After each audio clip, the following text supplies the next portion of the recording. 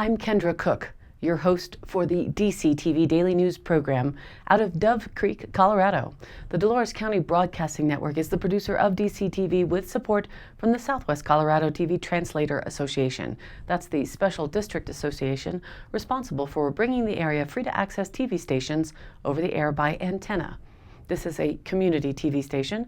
If there's a news story or event information that you would like to share, call us at 970-677-4119. And if you're a business or organization, we welcome you to find out about sponsorship opportunities for banners or video segments run on the channel. This is the Wednesday program for August 5th, 2020, DCTV Daily News. Locally, nationally, and globally, the next months are finally starting to come together in terms of what to expect and how to plan in at least a general way. Frustrations are running high. Many groups are simply putting forth a plan and then making plans B, C, and D in case the situation suddenly changes. Our local Dove Creek schools will be having an ice cream social on August 17th, and at that time, it's a choice to the student whether they want full-time or in class or not. This fluid situation applies to the sports for high schools on our local level as well as classes. The Durango Herald reported 37 states will try to play high school football this fall. Colorado is not one. Tuesday, after more than a month of waiting for a decision from Colorado Governor Jared Polis regarding submitted proposals to play all fall sports during the COVID-19 pandemic, the Colorado High School Activities Association announced its schedule for the 2020 to 2021 season. Among the key decisions made Tuesday is that football will be moved to the spring, as will the traditional fall sports of boys soccer and girls volleyball. This fall, cross country, boys golf, boys tennis, and softball will be held with seasons from August through October. No other CHSAA sports will begin until 2021. The announcement of football's postponement came late, as only 2 other states in the U.S. have yet to make a decision. Practices were scheduled to begin next Monday.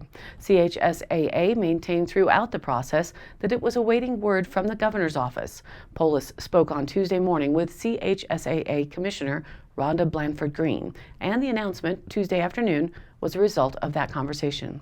Polis said he was glad CHSAA announced it would play every high school sports this season. He said he plans to attend the first event held this fall. Quote, obviously, if there is a coronavirus outbreak on a team or at a school, there will be scheduling changes. There will be games missed. I'm glad that high school youth sports are going to be back. I'm glad they are able to do every sport. And of course, just like professional sports, it's not going to be like every other season, but they will have their championships, they will have their shortened seasons, they will have their practices, and the kids will be able to participate in that. And that's really an important part of our society, and I plan to be there for the first one. He continued, I want to applaud CHSAA for moving forward with youth sports in high school for this year in Colorado in a safe way to make sure we can engage youth, and we do it in a way that doesn't jeopardize a major setback for our state in regard with where we are with coronavirus, end quote. Though Durango School District 9R Athletic Director Ryan Knorr said that he expected the announcement, it was still surreal to digest once it became official. While this is different, he said, if we had tried to return to normal too quick, we were going to have areas of the state hitting pause and putting communities at risk where we might be able to avoid that by playing some sports in March, Knorr said. I think it will be a smoother season with less cancellations and hiccups. Across the state, reactions were mixed regarding the move of high-risk fall sports, especially football, to the spring. Each school has been given health protocols that must be followed for athletes to be allowed to participate. Polis and state health officials would be the powers responsible for any future decision to once again shut down school sports. CHSAA can only follow state officials and the guidelines set. For now, school administrators and CHSAA are happy to give student athletes an opportunity to not only play, but to be able to compete for scheduled state championships. So in Durango, Season B will not begin until a January 4th practice date, followed by January 7th as the first competition date. Season B sports will include boys and girls basketball, ice hockey, skiing, spirit, girls swimming, and wrestling. Season C will include the postponed fall sports of football, boys soccer, and girls volleyball. Also in Season C are field hockey, gymnastics, and unified bowling. Football can begin practice on February 22nd, with the first games to be held March 4th. That might be in the snow. Seasons will be reduced from a maximum of 9 or 10 games, depending on classification, down to 7 games. State championship games will be held May 8th. State tournaments will be reduced from 16 to 8 teams, with no guaranteed seeding for league champions. Seedings and brackets will be set by the CHSAA seeding matrix. The other Season C sports can begin practice March 1st and games March 4th. Bayfield High School, for example, the volleyball coach Tareen Vout said that she was grateful her athletes will get a chance to play this school year. And Season D will close out the school year and stretch beyond graduation dates, which could become problematic for seniors or players with commitments to summer club sports or possibly jobs. Blandford Green said that there is a precedent for school activities starting before or continuing after the scheduled school year, and she was not concerned about the what-if situations of athletes opting not to participate if they have other commitments. She focused on the ability of CHSAA to provide opportunities for athletes to compete in every sport this year. Season D is made up of baseball, girls golf, boys and girls lacrosse, girls soccer, boys swimming, girls tennis, track and field, and boys volleyball. Baseball seasons will be shortened, just like basketball, with 16 games for the larger schools and 13 for smaller schools. The last date for Season D is currently set for June 26. CHSAA qualified Tuesday's big announcement, noting that the resumption of all activities is subject to change to adhere to national, state, and local guidelines surrounding the Project COVID-19 pandemic. And now let's take a look at the local weather for the rest of this week.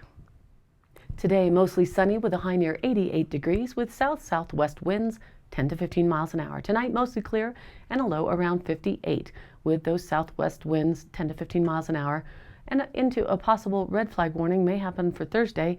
Sunny and a high near 86 degrees and breezy. Southeast wind at 10 to 20 miles an hour, shifting south-southwest by the afternoon. Then Thursday night, mostly clear and a low around 56 degrees. South-southwest winds continue around 10 to 15 miles an hour. And for Friday, sunny with a high near 85 degrees with light and variable winds becoming southwest at 5 to 10 with some gusting to 20 miles an hour. For Friday night, looking at mostly clear skies and a low around 57. Again, the weekend is looking like a nice couple of summer days with Saturday sunny and a high near 86 degrees. Saturday night, mostly clear and a low around 56. Sunday, sunny and a high near 87, with Sunday night mostly clear and a low around 57. And into next week, it's looking to remain about the same, with upper 80s heat. On Monday, sunny and a high near 88. Monday night, mostly clear and a low around 55. And now, back to our news. The Norwood Post wrote about the potential for growth in these difficult times. The headline states, Norwood could see growth in pandemic. Local realtors report uptick in showings and transactions. They write that the COVID-19 pandemic, which began in the U.S. in March of this year, may be inspiring some people to leave urban areas and head for the countryside. Some on social media are discussing the idea that rural communities could possibly see an increase of newcomers. Could that happen in Norwood? Could that happen in Dolores County? Craig Grieger of Norwood Real Estate said he is busier with showings and also transactions during the pandemic. Absolutely, he said. Vacant land is starting to sell. Residential is still selling. According to Grieger, he's got at least 3 clients from cities who are buying in the Norwood area. Most of them are planning a move, he said. They're saying they're not sure what's going to happen, and they're buying something just in case the, quote, stuff does hit the fan. Similarly, Nora Davis of Rimrocker Real Estate in the West End said that her work in Nucla and Natarita is busier because of the pandemic. She said she is showing to people who want to escape the city, quote, and especially if they can work from home on the internet or if they are retired, she said. Others want another place to have here to come to hunt or get away in the summer. At the same time, Davis said once or twice a month she shows property to folks from Moab who say they can't take the bustle of the tourist economy any longer. Quote, Moab people are wanting to come over because of the similar terrain, she said. They said it's growing too much for them over there. Not all buy, but they look. Davis added that the stock market's recent explosion in early summer also inspired people to invest in real estate too. Arlene Boyd of Pinecone Realty in Norwood said that she's not sure her business has flourished due to the pandemic. She said she has maybe 3 clients right now who are working with her because of circumstances that have come about due to COVID-19. Quote, not a large group, no, she said to the Norwood Post on Monday. Boyd said she wasn't sure exactly what factors were prompting city dwellers to check out Norwood. She said she's not sure there is a trend in people moving to rural areas due to the virus. Quote, it seems like there would be more, she said. Boyd said she has stayed busy through the pandemic and that her business hasn't slowed, though. She said it was unfortunate she couldn't show properties for a while back when the regulations were tighter, and that, she said, lasted for a month, but sales continued to take place. Now, through fall, she said it is the busiest time of the year for local real estate agents, typically, and now interest rates are low for buyers. Boyd said that when the restrictions eased up to allow for tourism to take place in San Miguel County, the market saw growth. She said visitors are wanting to be shown properties. Visitors are looking, she said, once it opened to visitors, people from out of the state and the Front Range are coming over again. When it opened back up, it was a floodgate. Here in Dove Creek area, there also have been property sales to those looking for a more rural and low-populated area to make their home away from the problems in the cities or have a bug-out location. From sales of homes to property to be developed, the uptick in septic system designs and applications is a unique trending gauge that shows an uptick in people building their own homes in the county. And an added editorial note. This is a critical time for our governments and leaders to have established a strong vision for the future of each community according to their local population character. If there are not leaders and projects and visions in place, then those coming in from outside are more easily able to modify and change the small rural communities.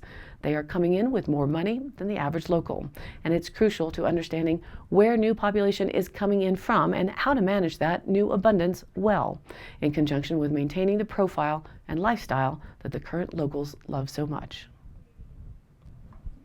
And here's a criminal story follow-up that seems so long ago now, reported by the Journal. Jennifer Marie Folsom has been charged with second-degree attempted murder for allegedly shooting her husband, James Lloyd Box Jr., on Haycamp Mesa outside of Dolores back in 2018. Box was then fatally shot by Kevin Wade Folsom, who pleaded guilty to second-degree murder in July 2018 and was sentenced to 25 years in prison. Jennifer Folsom, age 31, also known as Jennifer Box, allegedly shot her husband with a 9mm handgun between January 1st and January 2nd, 2018. That, according to a grand jury indictment and charges filed by the 22nd Judicial District Attorney, Will First. A grand jury was convened in May of 2019 to review the case and conduct further investigation, and handed down a criminal indictment against Jennifer Folsom in February 2020. The DA then filed charges including second-degree attempted murder, assault with a deadly weapon, violent crime using deadly weapon, violent crime causing serious bodily injury, and possession of a gun by a previous offender. Jennifer Folsom was arrested on July 9th at her residence east of Cortez, said Montezuma County Sheriff Steve Nowlin. She was released on a $150,000 bond and is scheduled for a plea hearing on August 6th, tomorrow, in District Court in Cortez. According to case files, Box, Kevin Folsom, and Jennifer Folsom drove to Haycamp Mesa, just east of Dolores, the town, to party and use meth in early January. The couple fought, and Jennifer Folsom allegedly shot Box, according to those criminal charges. Kevin Folsom then picked up the gun and fatally shot Box in the head, according to case files. He told prosecutors he did it, quote, to put him out of his misery. When asked why he did not call 911, Kevin Folsom said he did not want to get arrested for the drugs and the shooting, and he did not believe Box would survive that long because he'd lost a lot of blood. According to an arrest affidavit by Sheriff's Detective Tyson Cox, Kevin Folsom left the scene of the slaying, then attempted to make arrangements with a resident to dispose of Box's body. Kevin Folsom allegedly told Cox that Box had been shot before he shot him. Box's clothing had been removed. Nowlin said a resident contacted him January 3rd, 2018, about a man who had been fatally shot. After a 3-hour search, deputies found Box's body on Haycamp Mesa with a bullet wound to his head. They arrested Kevin Folsom that day as he drove on Colorado Highway 145. Jennifer and Kevin Folsom are cousins. The DA's office has the option of convening a grand jury in cases of public importance and for cases that require additional investigation. Grand juries have 12 jurors. They review case files, witness statements, and evidence and can re-interview witnesses and law enforcement. They can subpoena witnesses. A grand jury votes on whether there is evidence for a criminal indictment. The DA reviews the indictment and decides whether to file formal charges. In the case against Jennifer Folsom, all the grand jury charges were formally filed, First said. While in Dolores County, with the few businesses we do have, most have been keeping their heads above water, as it were. There are some failing to the point of actually going out of business in La Plata County already. The Durango Herald reported that the latest victim over there is the Subway location on U.S. Highway 160 in West Durango. It's closed permanently after financial struggles brought on by the COVID-19 pandemic, co-owner Steve Redding said on Monday. Redding, who has co-owned the location inside the Exxon convenience store for 13 years, said that business was down about 40 to 50% during the shutdown earlier this year. Redding had hoped business would pick back up as regulations were relaxed and tourists started to visit the region. But sales didn't recover as expected in June, and Redding said he decided to close the business if July sales didn't pick up. Quote, with fewer people flying and more people driving, we thought there would be a nice rebound, he said, but there was not enough for us to keep our doors open. The Subway location closed for good on Friday, Redding said. Redding said he was able to transfer some of his staff to the Papa Murphy's pizza location in Town Plaza, which he also co-owns. There are still 3 other Subway locations in the Durango area, on North Main Avenue, on Florida Road near Bread, and in the Walmart shopping center. Redding used to own the Subway near Walmart, but he sold it 3 years ago. He does not own any of the other Subways. Quote, Durango's oversaturated with Subways anyway, so that didn't help, he said. But it's been a good run. Subway is the latest in a string of eateries around La Plata County to close, in part because of the economic struggles associated with the COVID-19 pandemic. Last week, the Palace Restaurant, which is a 23-year-old mainstay in downtown Durango, announced it will close for good in August. Back in May, the Red Snapper announced it was closing. The seafood-centric restaurant at 114 East 9th Street had been in business for 35 years. That same month, the Vallecito eatery, Pura Vida Cafe, about 25 miles northeast of Durango, said the economic hardships of the COVID-19 outbreak and subsequent shutdown were too much to overcome.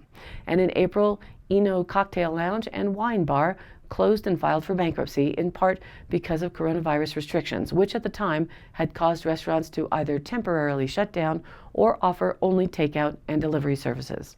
A side note that over in England, the government is working to help the restaurant owners there who have been hit hard by this new distancing and separation spacing for restaurant services, combined with many people still living in fear, not wanting to come out to eat for fear of the pandemic. The government over there will be offering a 50% subsidizing of your meal going out up to around $13 per person, I think it came out to encourage customers to attend those struggling restaurants. This is for all of the month of August, and we'll see how well that impacts their recovering industry. And a quick community note that was put in last minute. You may know our longtime Justice of the Peace, Judge Dale Boyd, is forced to retire this fall due to hitting the age limit for all Colorado state judges, and that's at 72. The job opportunity application is currently open until August 7th, so be sure to have a sound, rational judge candidate that lives in Dolores County look at the application online.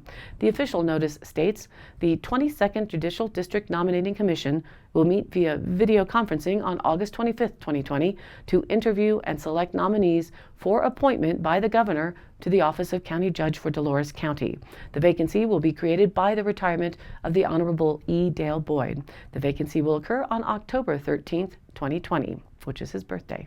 To be eligible, the applicant must be a qualified elector of the Dolores County at the time of investiture and have graduated high school or attained the equivalent of a high school education as indicated by the Department of Education based upon the record made on the General Education Development Test. The annual salary for this position is $33,159, and it is a 20% position. The initial term of office of a county judge is a provisional term of 2 years. Thereafter, the incumbent county judge, if approved by the voters, has a term of 4 years. Application forms are available from the office of the ex officio chair of the nominating commission, Justice Carlos A. Samore Jr. at 2 East 14th Avenue in Denver, and the office of the court executive, Eric Hogue, 409 North Main Street, Creek, Dolores County, Colorado. Applications are also available at the court's homepage online, which is courts.state.co.us/careers with a capital C /judge with a capital J .cfm. The completed application must be emailed to the addresses listed in the instructions no later than 4 p.m. on August 7th, 2020. Late applications will not be considered. Don't miss checking in on our Facebook page for the links to these types of stories and articles. Its name is DCTV Daily News. You can also watch the program replay there along with the news links and stories of local interest. And you too can share other events or news there and join in on the conversation. This is your local community TV station, so if there's something that you would like to share, contact us. The email is dcbnnews@gmail.com or the phone number is 970-677-4119. Thanks for tuning in to the DCTV Daily News program. Programs are broadcast Monday through Friday with replays online on our YouTube channel or our DCTV Daily News page on Facebook. And if you like the program, please do like and follow us on Facebook and share it with your friends and family. This has been a production of DCTV for the DCTV Daily News program out of Dove Creek, Colorado, USA. I'm Kendra Cook. Again, thank you for watching.